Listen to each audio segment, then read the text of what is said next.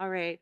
So I'm Joanna Vautour, and earlier today you had Jessica Wyatt moderating the session. So her and I are tag teaming together, and I'm here with all of you.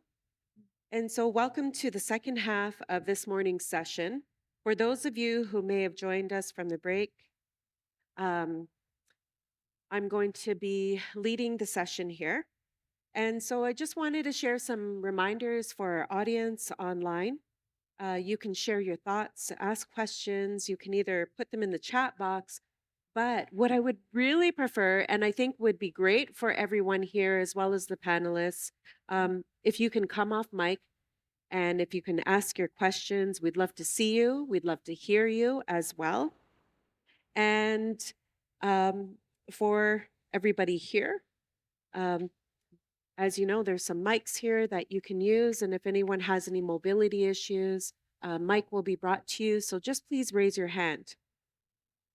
So, just a quick high level recap of what happened this morning.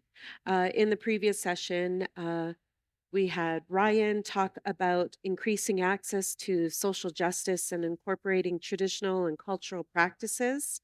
I wish I was really here live for this conversation. And we heard Juliet and Cara talk about George's house and the harm reduction approach, as well as a trauma informed approach as well, which I'm very passionate about.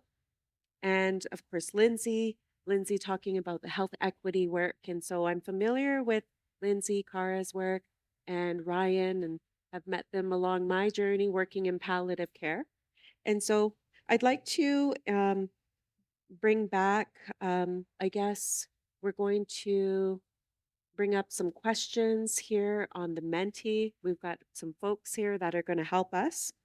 And so, just to talk about, excuse me, the purpose of this session is to provide everyone with an opportunity to share the latest happenings in their communities, organizations, and teams in relation to the topics discussed in the previous panel.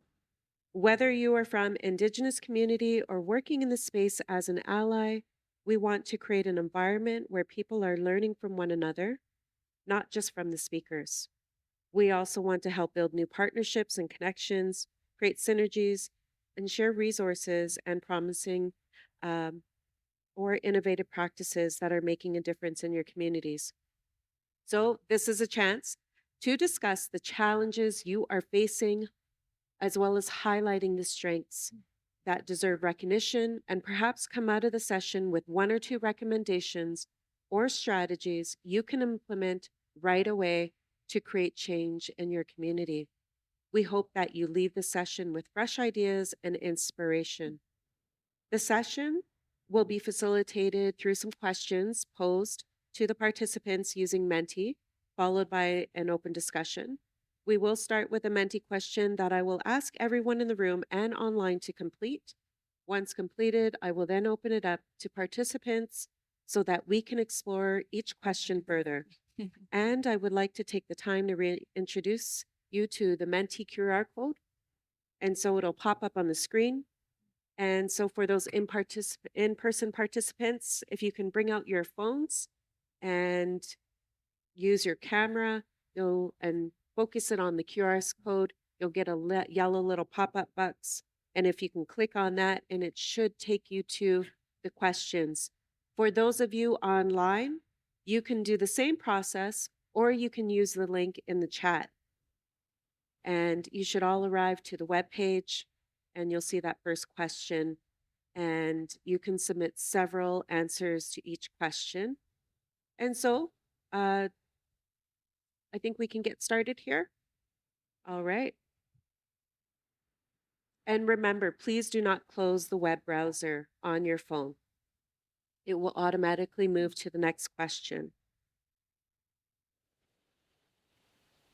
So the first question is, what challenges or barriers does your community team experience? So when it comes to equitable access to care for Indigenous peoples at the end of life or who are journeying back to the spirit world. So maybe in your community, you've experienced jurisdictional barriers, maybe lack of funding, lack of housing, which we've heard today already, no support for people who are unhoused, could be transportation. Is there any way we can turn this TV here on what people are saying? Is that So possible? I see we've got some questions, and I'm going to have some responses already here. And I'm going to have to stand to look at what's happening on our screens here. So, what's come up, we've had 31 responses. Thank you, everyone. Informed care, bureaucracy, distance, staffing, knowing how to make it better, how to build trust, lack of knowledge of Indigenous ways, seeing a lot of transportation issues coming up, access to ceremony. Really good one. That one is, a top priority for me when providing care. Lack of infrastructure, knowing what services there are, funding and provider capacity, and reaching the clients most in need, lack of housing. Okay. Anything coming in on the chat? Okay. Should we move on to the next question? Okay.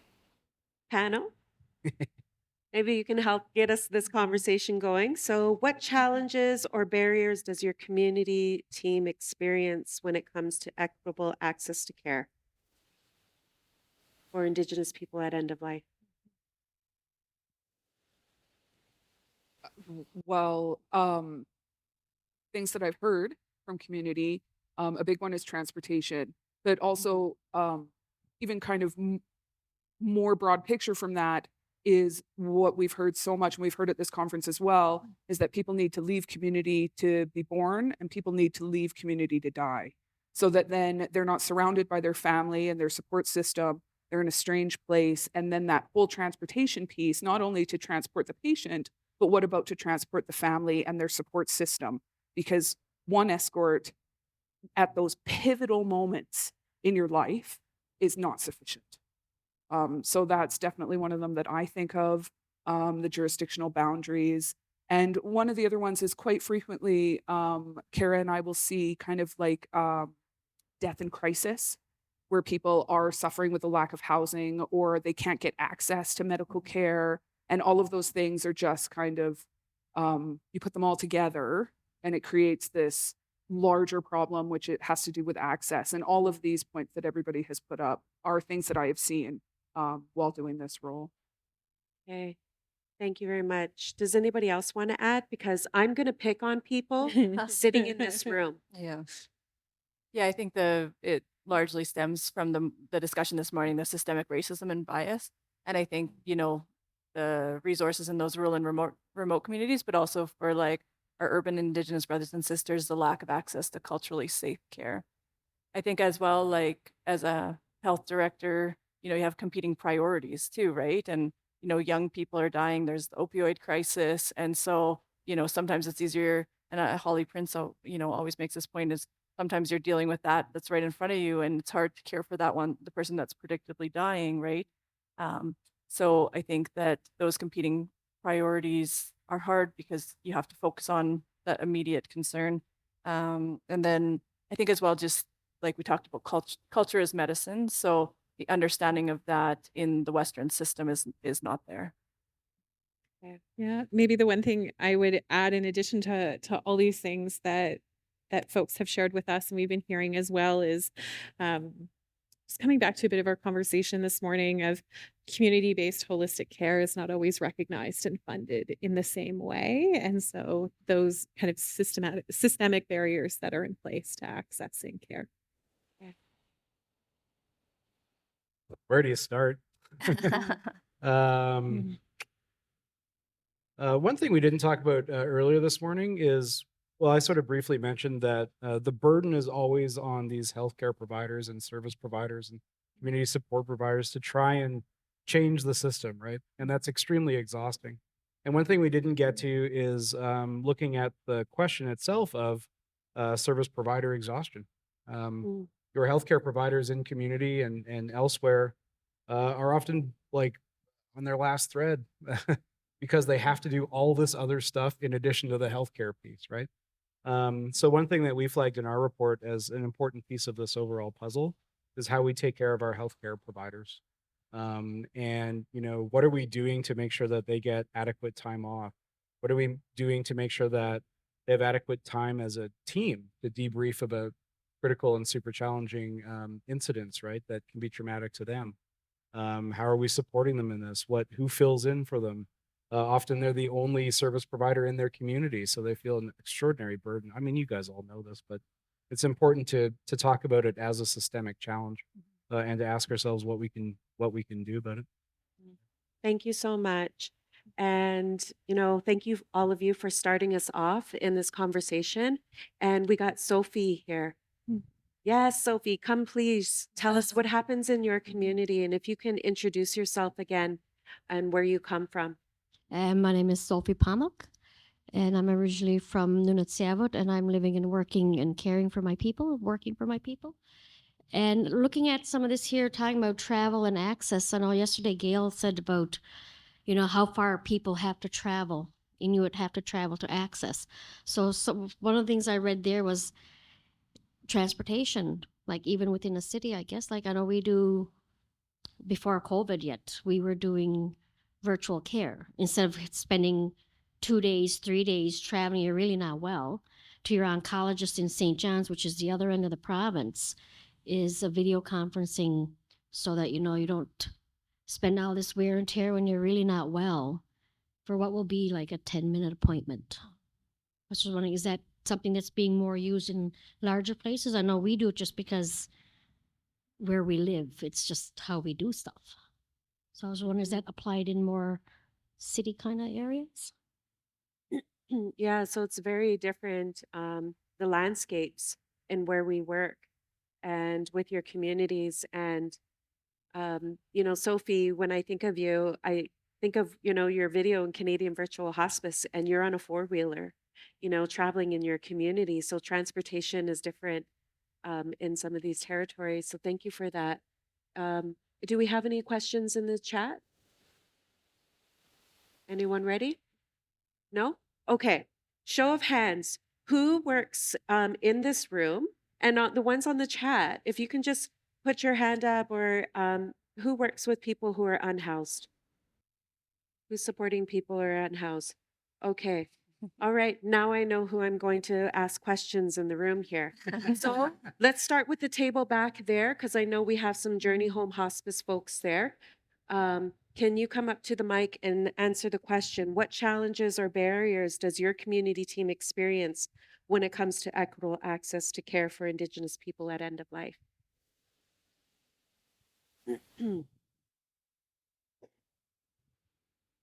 Here we go. Showing up. Sorry, I have to raise this a little bit. Height discrepancy between us here. My name's Hannah Irving. Thank you, Joanna, for the invitation to come up and share.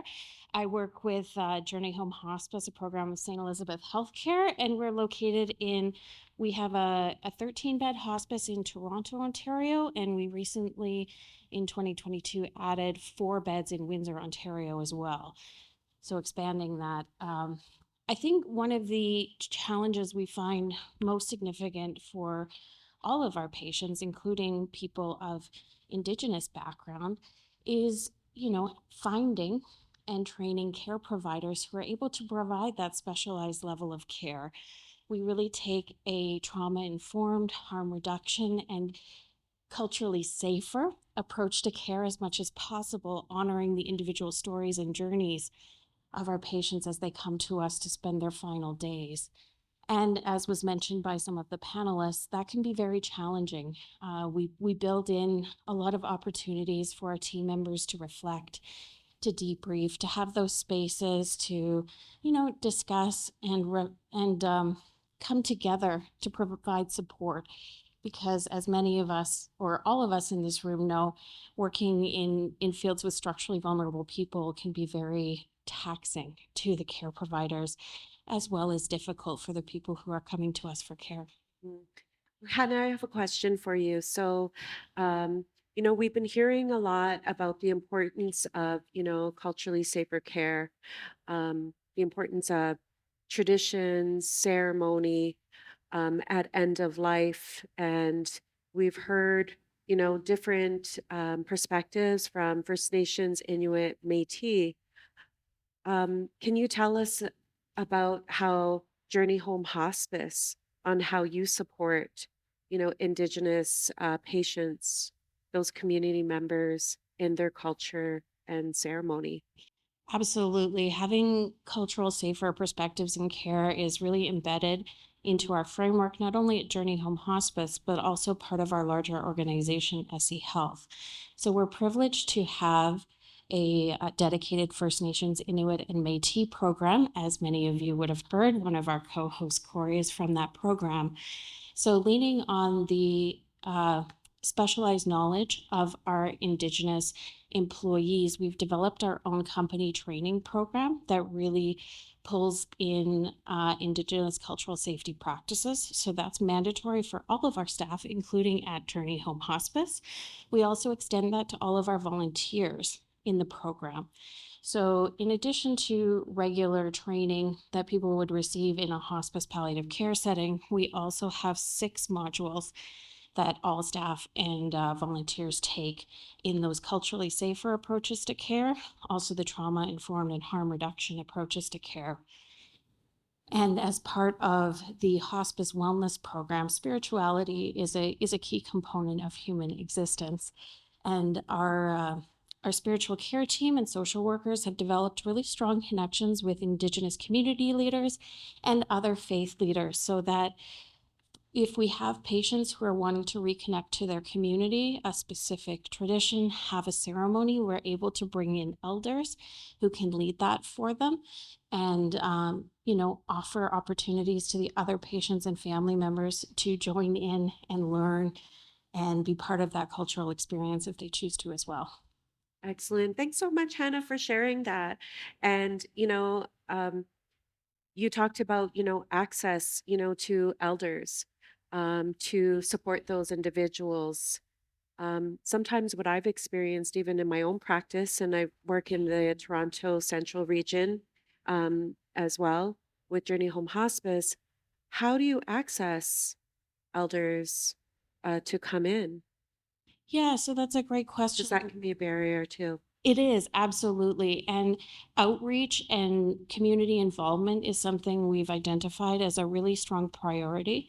So we have brought on, we call them the Pathways to Care outreach coordinator.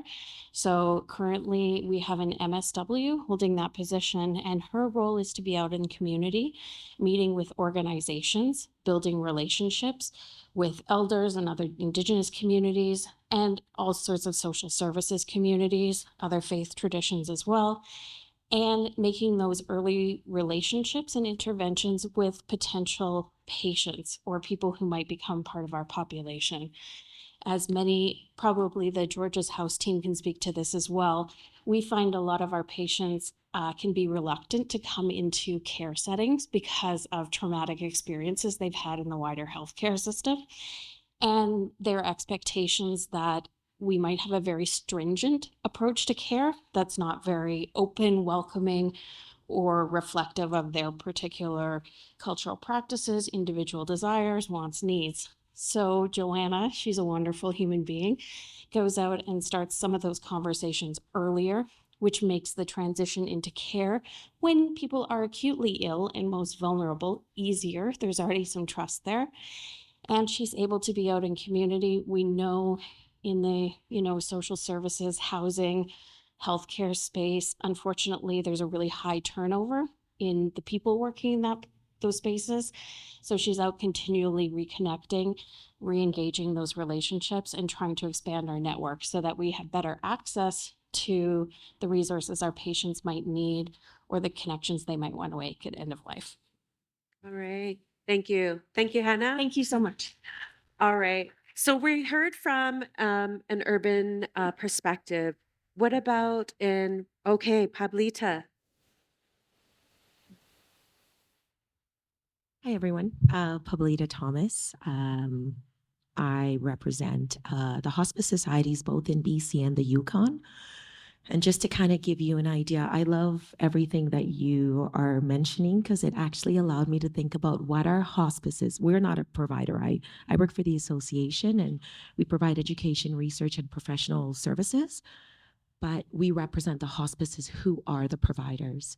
And as a membership organization, what we've heard is that hospices have ensured that they have formulated relationships with not only their community and Indigenous communities, but the health authorities. Because when Indigenous communities want something in hospice houses, the hospice houses feel that it is upon themselves to support Indigenous individuals that want to access care at their homes. So, for example, Prince George is a beautiful example. The Prince George Hospice Society is in Prince George, BC. It has a really large catchment because it is the only hospice house in that northern area. And to be honest, 53 of the 72 hospices in BC are in the rural and remote communities. So they are very engaged with Indigenous communities. So one of the things that Prince George has is that if there's any Indigenous individuals that want to access care, they ensure that they understand if it's a First Nation, Métis, Inuit, they ensure that they have relationships with elders that can be part of the process, and they allow the families to come in and really decor the room, and they ensure with the health authority they know that they are providing support for a particular Indigenous community. So they may need to do smudging, they may need to allow a larger family community at any given time, but that's relationship that they've done both in community and the health authority, and have been that bridge to ensure that comfort care is seen when family access services in hospice houses. So this is just one of the examples that I wanted to bring up because it is something very, not only, it's not just lip service, for lack of a better term, it's actually providing care to individuals based on their needs. Thank you, Pablita. And I don't want to forget the folks that are joining us on Zoom. And I see people have their cameras off. It's so nice to see your shiny faces on here. I see your smiles as well. Is there anybody online that wants to share? So Adrian had a question, a comment. That was from, sorry, Joanna, that was from this morning. Oh, okay. All right. But I did want to note on the Yeah. Menti that several folks have indicated that there is a significant challenge with burnout for healthcare providers, and that cultural safety within the communities and therapeutic healthcare provider relationships, as well as support for their goals of care. Those are all things that have been identified. Okay, great.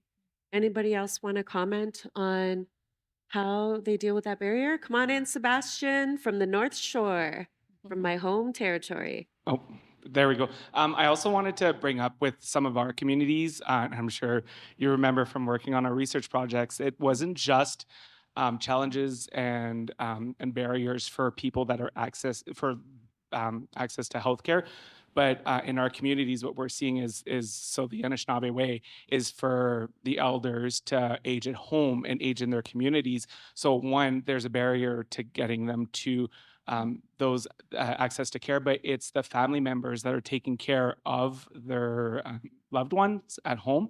And so what we're seeing is a tremendous burnout for family members that are caring for their loved ones and also don't have support. So there's a lack of staff, care staff in the communities. So that falls often on the family members.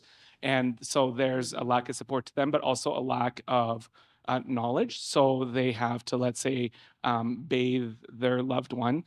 So they don't know the proper lifting techniques. They don't know the proper way of doing it in a way that, might be like there would be some dignity for their loved ones, but also for them, so now they're helping their parent wash or their grandparent, and this is something that's very uncomfortable for them, very uncomfortable for their loved ones.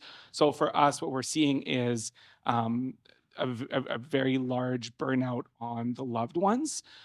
So there's like very little respite in that case. So I think that's something for us that I would like to bring up. So it's not just the people that need the care; it's also their loved ones that are taking care of them. Yeah. Thank you. So care in the home, so those caregivers get that respite and that relief, that break. Yeah, so like what we're trying to do is we're trying to bring so we were looking at the gaps in services for people that need the care, but also their loved ones. And so we're trying to develop programs for respite care. So for those, so that someone can go and help them so that they have time to go do, live their life. You know, they still have things that they need to do. They need to have, a social life. They need to have time to go to the grocery store. They have their own appointments, medical appointments, even self-care appointments. So making sure that they also have access to that so that they can provide better care to their loved ones as well.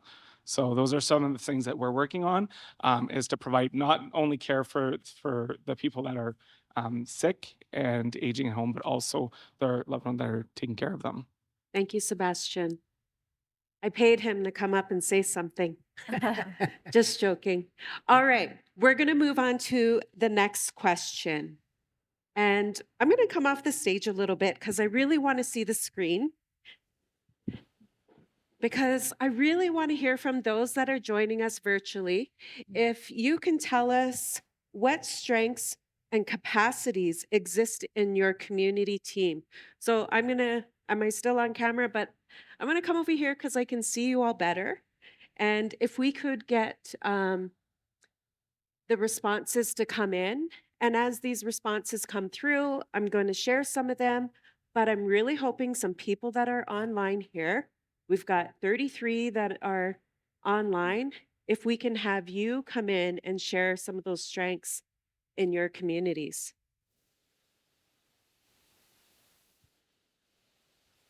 And so maybe you can help me out, those folks that are joining online. Hey, we got a hand up here. So Rochelle Miller, hey, come on, Mike, and tell us what is your role in community? What community do you work in? And tell us about the strengths and capacities. Rochelle, did we lose you?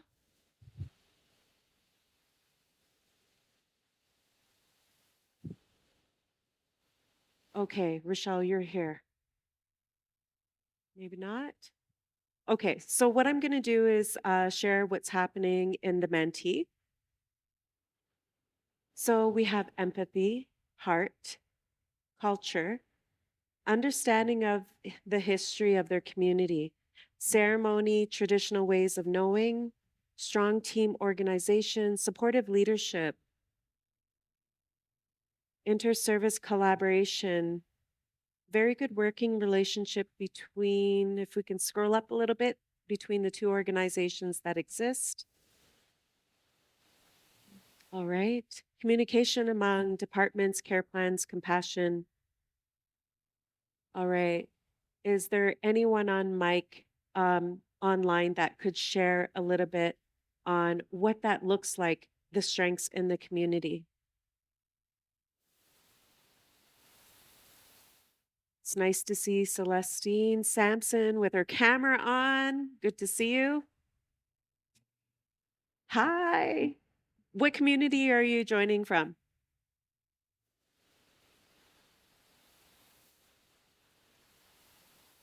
Can we hear? We're just checking on our sound. Can you try again?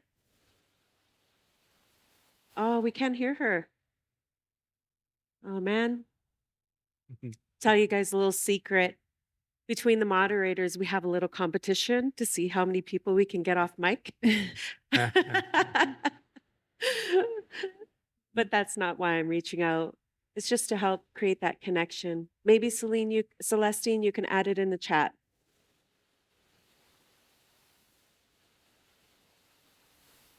Is it possible that we can get a gallery view of the Zoom? And maybe for if there's some folks that are joining, I thought, oh, there you go, Rochelle. I see you. We lost you for a moment. Rochelle, can you try your sound? Okay, it's not working. Our folks here are like puzzled. Okay. So while that gets figured out, is there somebody in the room can tell us about a strength, someone who hasn't shared yet before?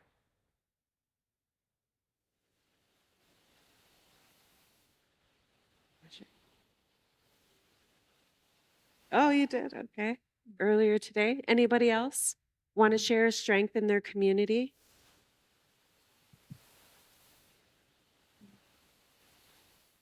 This is an opportunity for us to learn from each other, highlight what's happening. I'll share. How about I share? So I work in the for the Toronto Central Regional Indigenous Cancer Program, and we have a team of about 4 of us, a regional Indigenous cancer lead, that's me 1 day a week. We have a patient navigator.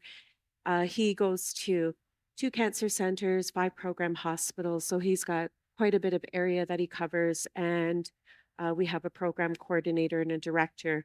What we've done is we work with several hospital partners, and what we did was create a policy, not policy, but we've supported them in developing pathways for patients and families to have ceremony in the hospital. So in a clinical setting, we're doing ceremony, and 9 of our partners have a ceremony bundle.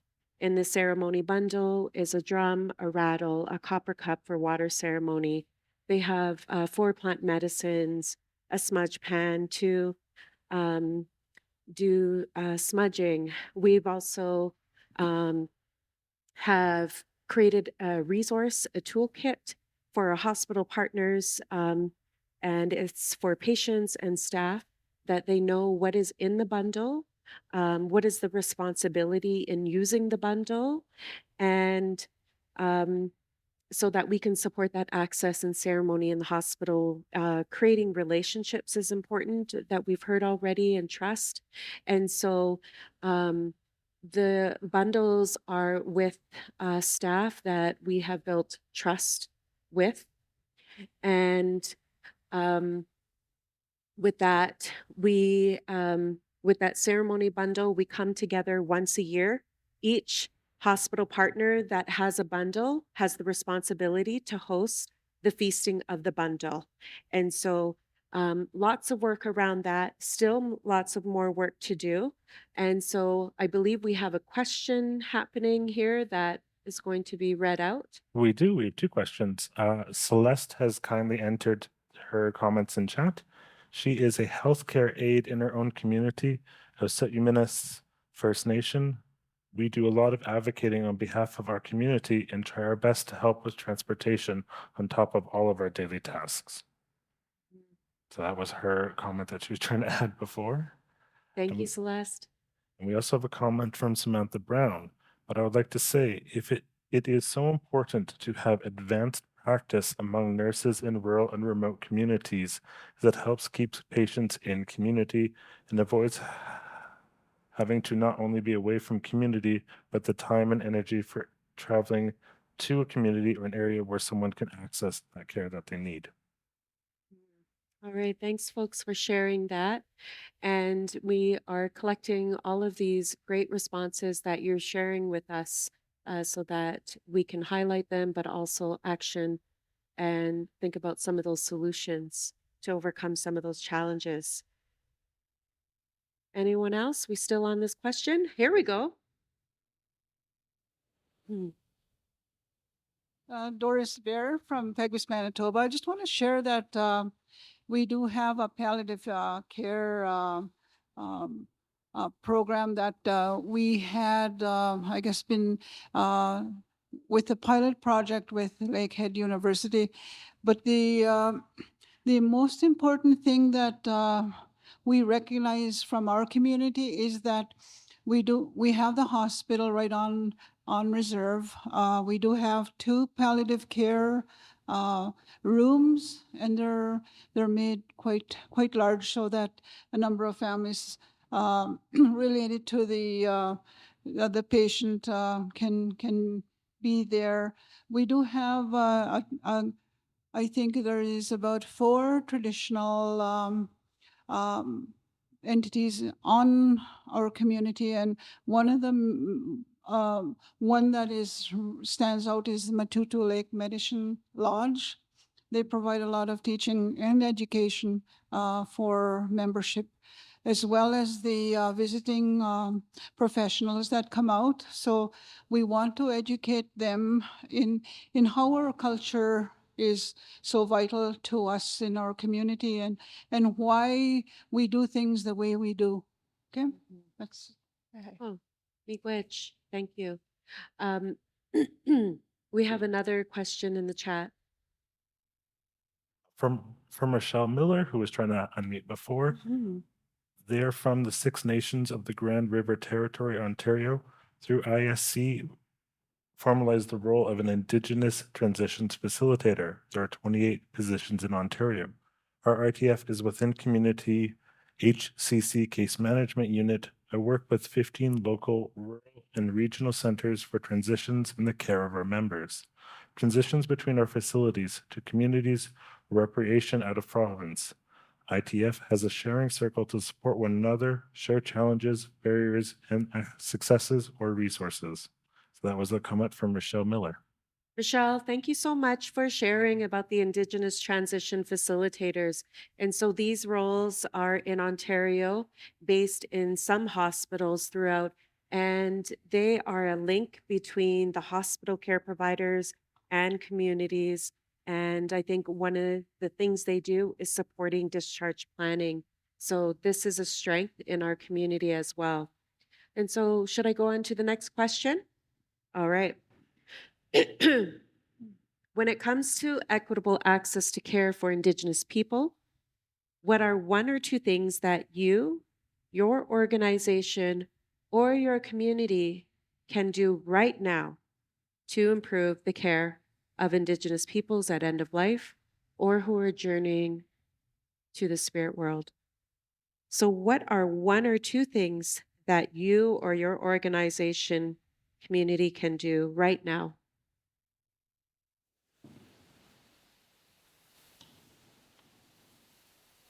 So, give folks some time.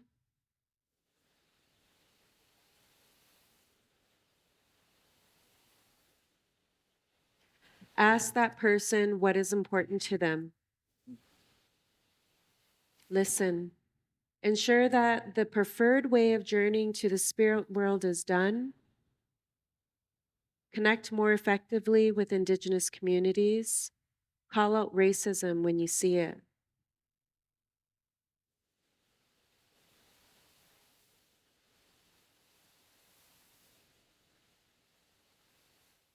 Okay. Talking and listening to the person to find out exactly what their wishes are.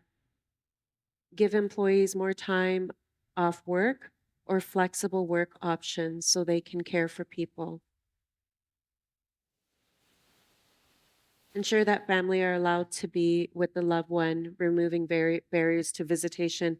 And I really liked what was shared here in this question from Pegwis First Nation, is that having large rooms to accommodate families. How many people would say that in your hospice or palliative care spaces that you have large rooms to accommodate? Yeah, Pablita, okay, First Nation families, Hannah nodded yes. Yeah, so important. We got large families in communities that want to be there. How many people have funding for to compensate elders, healers that come in to see patients? Excellent. Yes, I got goosebumps. Happy to see that. So, if you're thinking about something that, what is one thing that we can do right now? And if you don't have funding put aside to have elders, healers, medicine people to come in and see your clients, then maybe that's something that you want to bring back to your organization to discuss. Anything else, folks, you want to add?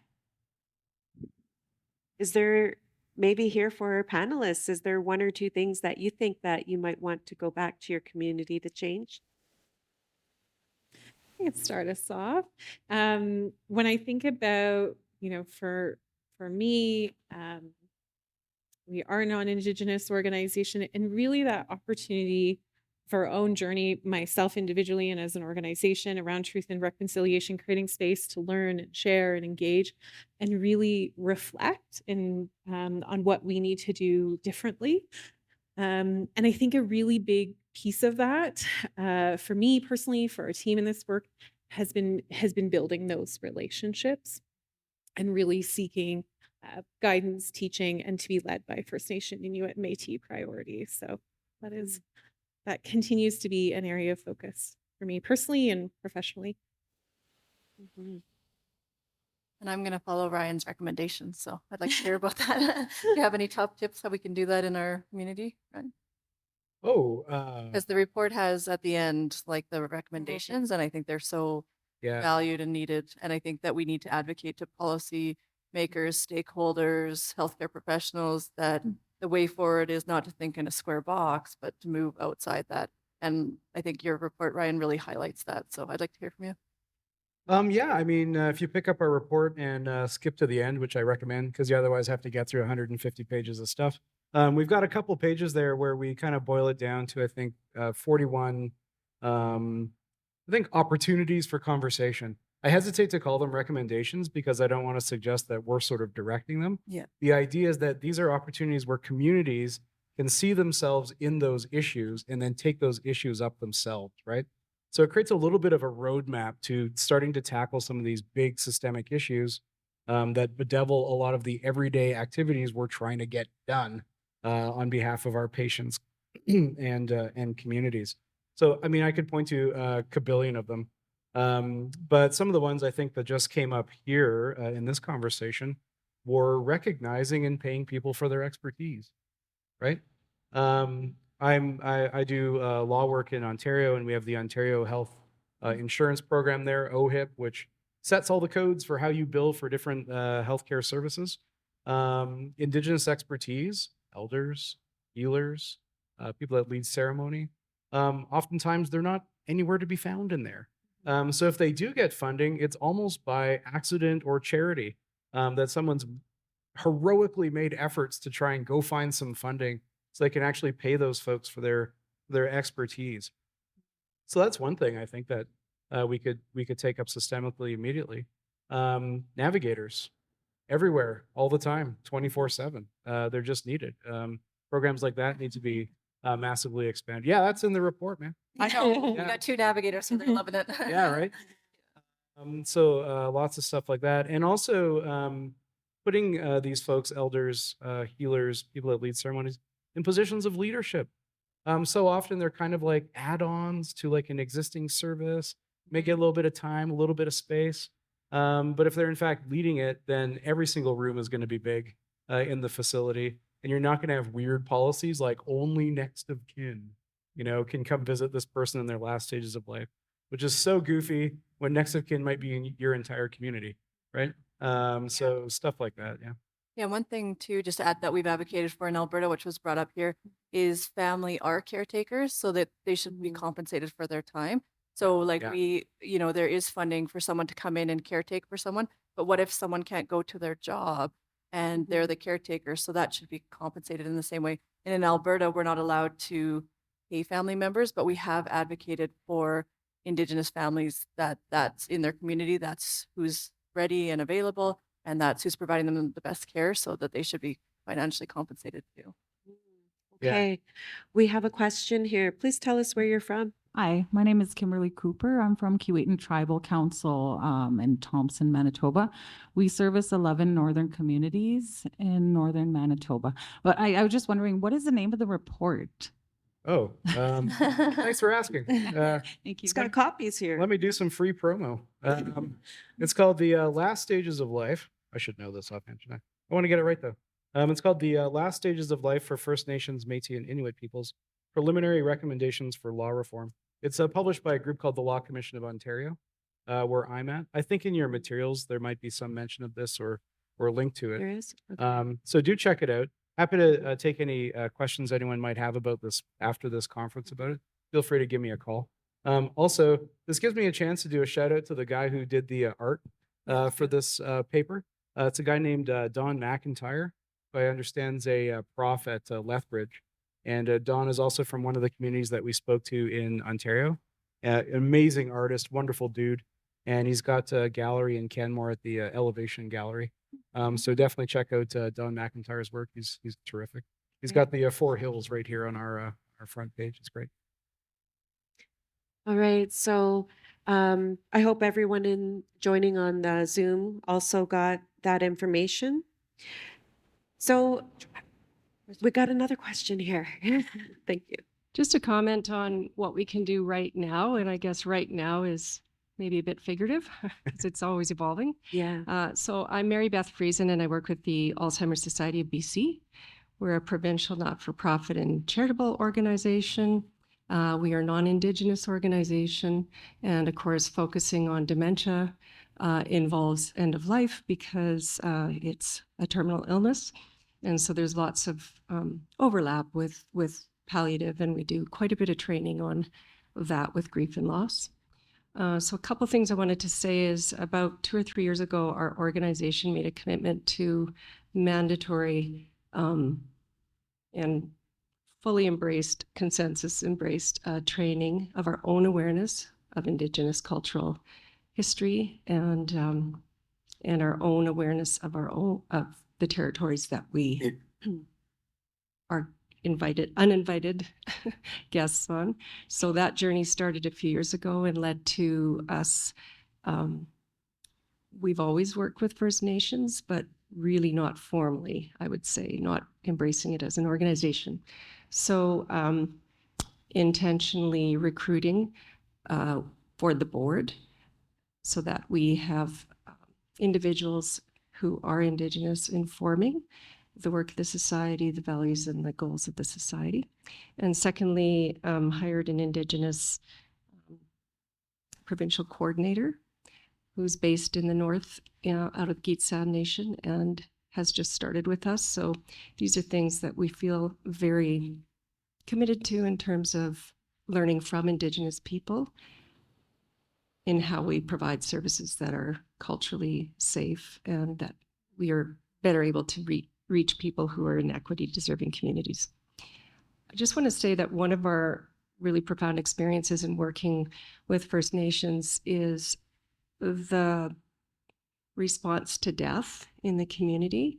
And I think as a non-Indigenous organization, we're so, goal-oriented, work plan-oriented, details, deadlines, and things stop when there's a death in the community. And I think being very respectful and patient with the timing of maybe a meeting or a workshop or something that we're planning together and just having those 10 cups of tea, really just taking the time, giving major feedback. Oh, maybe someone liked that comment. Just being very respectful of what's happening in the local community is something, these are all things that I think we're doing right now, relatively speaking, but really in the moment, what's happening with the people that we are providing a service with or to, who are interacting with us, who we're getting to know in the community, and just waiting for that conversation to pick back up.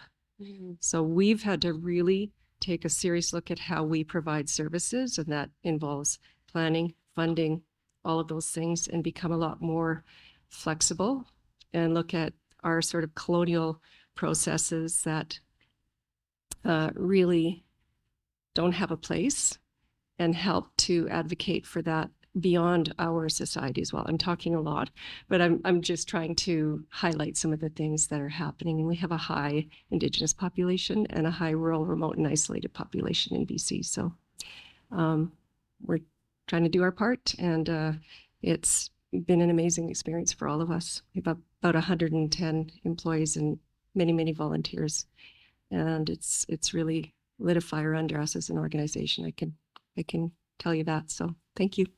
Thank you so much. I really liked what you shared about acknowledging First Nations communities and how they honor that one who makes that transition, and taking that pause to What can we do in our organization? We know that we have to continue care, but is there a way that we can pause and take a moment and be in relationship with community, to be in that honoring time with them? And also just having a cup of tea, okay? If you're going to be building those relationships, don't go with an agenda. Just pick up the phone. You want to get together for tea and just talk about how's it going, right? Before you get into the agenda. Maybe you get into that agenda at the third or fourth cup of tea time. Okay. So, Can I share, Joanna, a yeah. few comments from the Menti? We Mhm. have some folks who've chimed in with feedback. So, referrals to bring together the shared care team Mhm. and creating collaborative partnerships and working relationships with hospitals, implement the TRC calls to action as researchers, finding a training that ends research as a tool of colonization, and provide advocates for those who do not have family or community to support. And when discharged from the hospital, a circle of care should be in place and equipment readily available. Thank you so much to the folks who've been sharing those responses with all of us. Um, is there anybody else that would like to share? I just want to add, Joanna, the report that I talked about is Reconciliation in Healthcare by Dr. Lisa Richardson. And if my email and stuff is on that our report there, so it's a little bit tricky to find. So if you need it, just you can email me. But it does speak to what our friend here said about your group is kind of holding the mirror up and saying, is our healthcare agency or group, is it reflective of the population, and is it reflective of the people we serve? I appreciate that you were able to bring in that Indigenous voice into your organization, because I think that's one step as well to the process of reconciliation. Mhm. Thank you. All right. I'm going to call on one of my friends, Sophie. It's more a question for Mary. Yes, for Mary Yeah, about sure. your training for grief and loss. Is that for the family members of the person that is coming home to palliate, or is that more for like home support staff?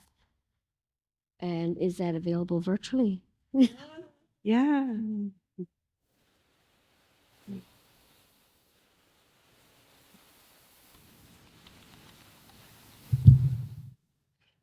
I'll just turn the mic. I'm a singer. I'll just hold the mic. Thank you, Sophie. That's a great question.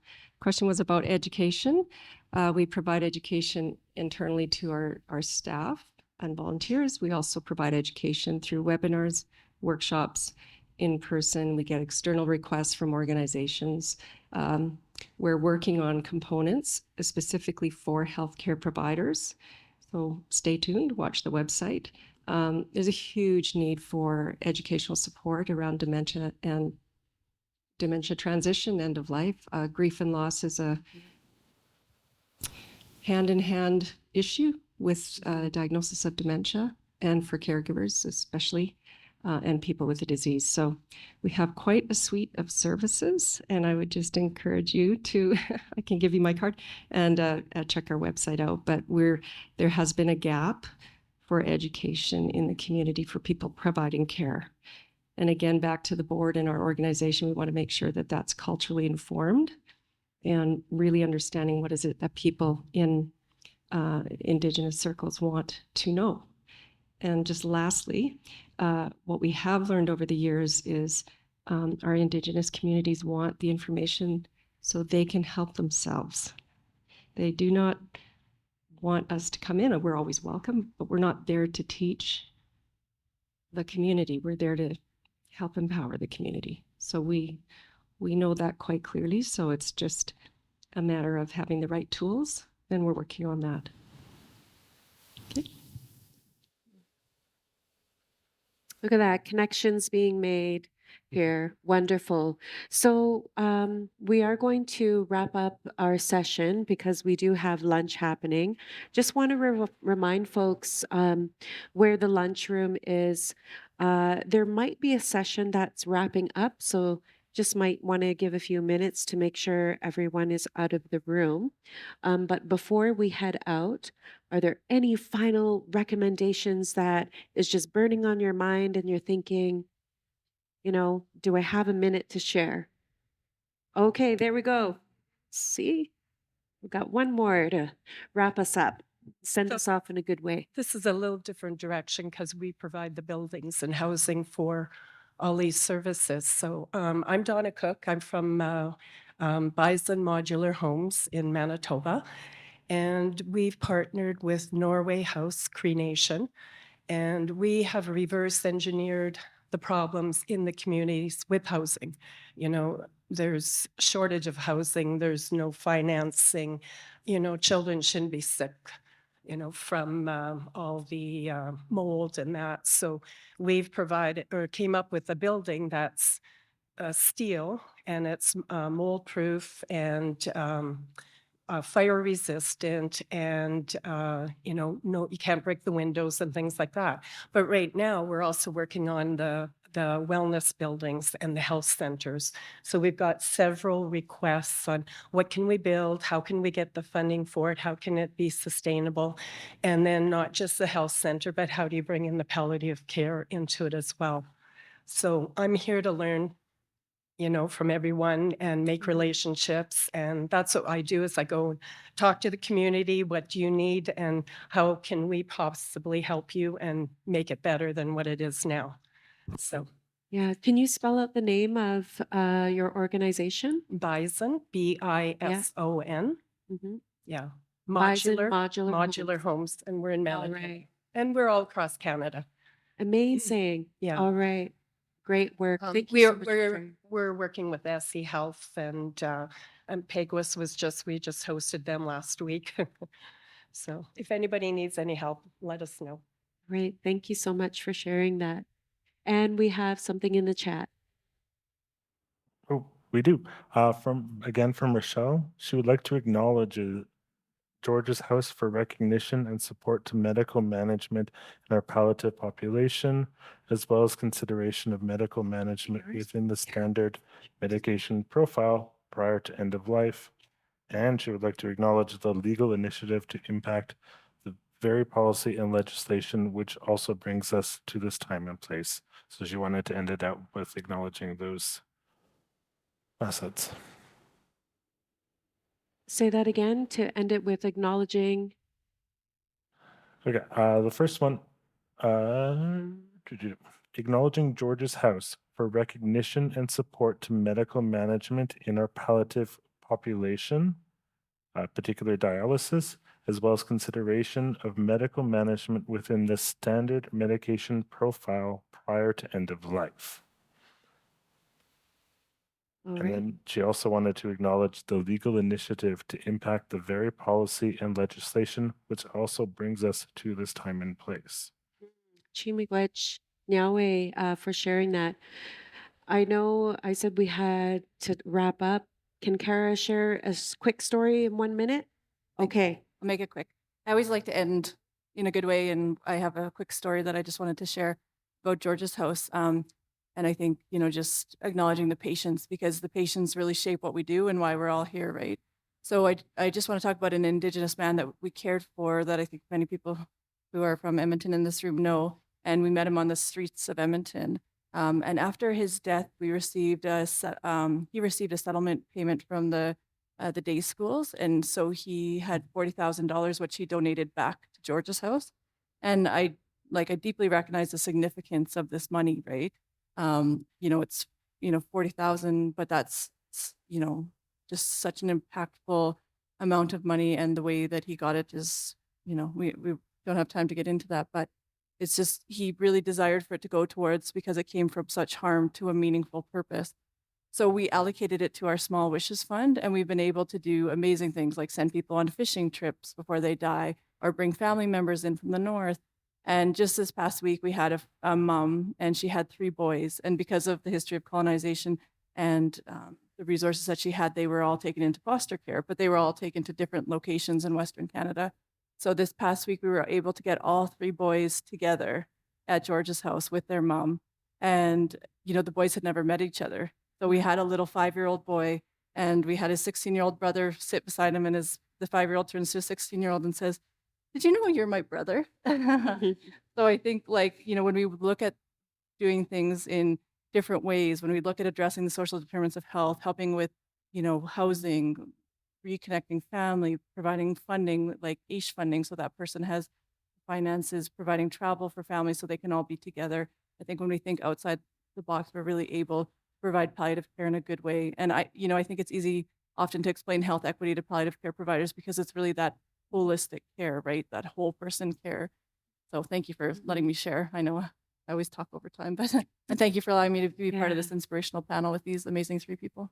That was a beautiful story. And one of my teachers says, connection is the correction. Yeah. And so keep that in mind. Thank you so much, all of you, for sharing your stories, your wisdom, your communities with all of us. So And thank enjoy you for your moderating. lunch. Joanna, Thank you, thanks. folks online.